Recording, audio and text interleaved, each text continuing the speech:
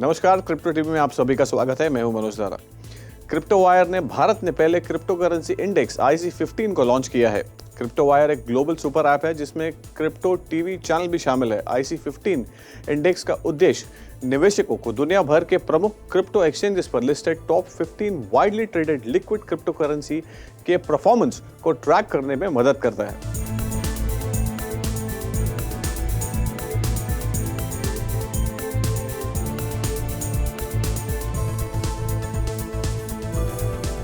आइए रुक करते हैं आज की हेडलाइंस पर।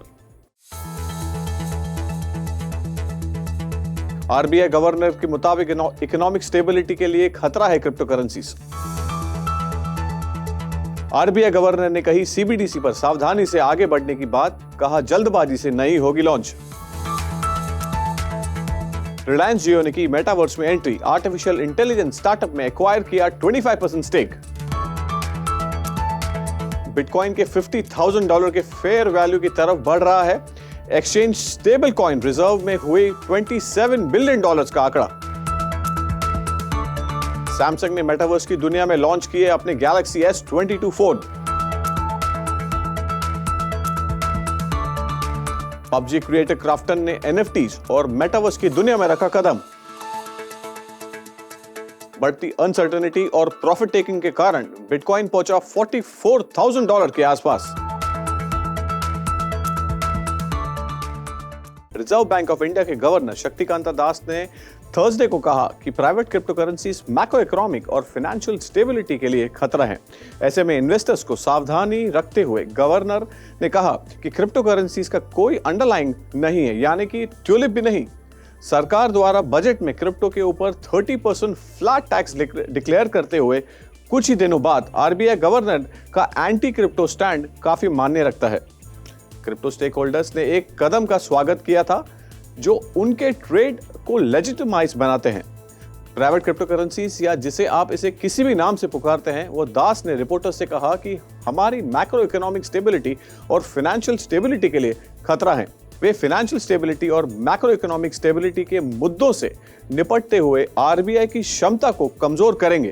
गवर्नर शक्तिकांता दास ने आज अपनी पॉलिसी मीटिंग के बाद रिपोर्टर से कहा कि रिजर्व बैंक ऑफ इंडिया रूपी के डिजिटल वर्जन यानी सेंट्रल बैंक डिजिटल करेंसी को लॉन्च करने की जल्दी में नहीं है, क्योंकि वो अभी अपने सारे ऑप्शंस के विचार विमर्श में लगी हुई है। उन्होंने इस बात को कहते हुए किसी भी टाइमलाइन के लिए कमिट होने से इनकार कर दिया।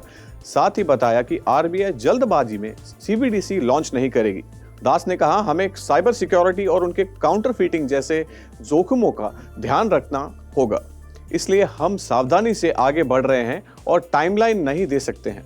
हाल के यूनियन बजट में फाइनेंस मिनिस्टर सीतारमण ने घोषणा की थी कि आरबीआई इस साल सेंट्रल बैंक समर्थित डिजिटल करेंसी को पेश करेगी।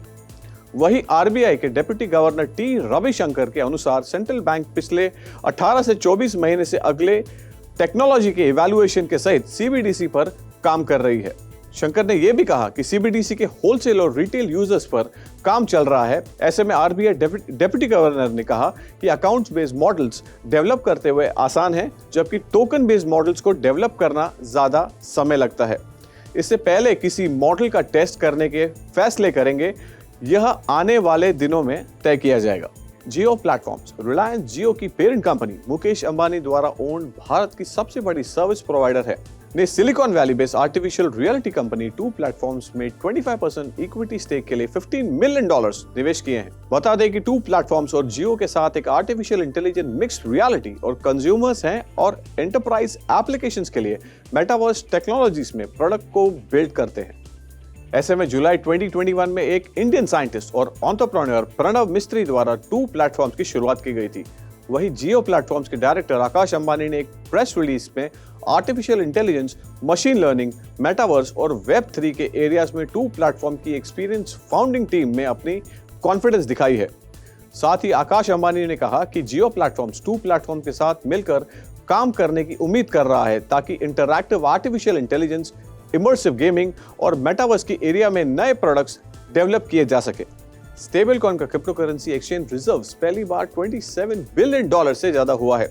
ऐसे में यह एक संकेत है कि इन्वेस्टर्स बिटकॉइन और अल्ट कॉइन्स खरीदने का इंतजार कर रहे हैं। दिसंबर के अंत में पीक पर पहुंचे के बाद 2022 की शुरुआत में स्टेबल कॉइन रिजर्व्स नीचे फिसल गए थे क्योंकि BTC USD और अल्ट कॉइन मार्केट्स अपनी कई महीनों के सबसे निचले स्तर पर फिसल रहे थे। हाल के हफ्ते में हालांकि 9 फरवरी तक इतिहास में किसी भी समय की तुलना में एक्सचेंज और यूजर्स और अकाउंट से ज्यादा हलचल देखी गई है। इसके एक्सचेंजेस ने क्रिप्टो करेंसी में पोटेंशियल डिप्लॉयमेंट के लिए लिक्विड कैपिटल कहीं भी बढ़ नहीं रहे हैं। सैमसंग ने गैलेक्सी S22 प्रीमियम स्मार्टफोन्स की अपनी एक नई सीरीज डिसेंट्रलाइज्ड मेटावर्स में वर्चुअल सैमसंग 837X स्पेस पर लॉन्च की है। वेडनेसडे को लॉन्च करने के बाद ये पहले 11 घंटे में सैमसंग अनपैक्ड 2022 यानी कि the epic standard of smartphone experience event में 1 लाख से भी ज्यादा यूजर्स ने हिस्सा लिया, जिसमें यह डिसेंट्रलैंड के अब के सबसे बड़ा एक्सपीरियंस डेस्टिनेशन में एक माना जा रहा है। South Korea multinational electronics company ने सैमसंग 837X स्पेस के कनेक्टिविटी थिएटर में एक स्क्रीन पर एक Galaxy S22, Galaxy S22 plus और सैमसंग गैलेक्सी S22 अल्ट्रा को शोकेस किया। हालांकि मेटावर्स लॉन्च टेक्निकल इश्यूज से भरा हुआ था, जिसकी वजह से कोई यूजर्स ने सैमसंग के ट्विटर हैंडल पर शिकायत भी की थी। डिसेंट्रलैंड पर सैमसंग 837X स्पेस ने पहली बार 6 जनवरी को न्यूयॉर्क के 837 वॉशिंगटन स्ट्रीट में अपने रियल वर्ल्ड के स्टोर फ्रंट के वर्चुअल रेप्लिका के रूप में अपनी दरवाजे खोले थे। PUBG बैटलग्राउंड्स के पिछले South Korean video game company Krafton ने NFT मेटावर्स प्लेटफॉर्म बनाने के एम से एक नॉन फंजिबल टोकन प्रोजेक्ट की घोषणा की है। आपको बता दें कि क्राफ्टन एक वेब 3.0 और NFT प्रोजेक्ट डेवलप करता है, जिसमें नेवर जेड के साथ समझौता भी उन्होंने किया है।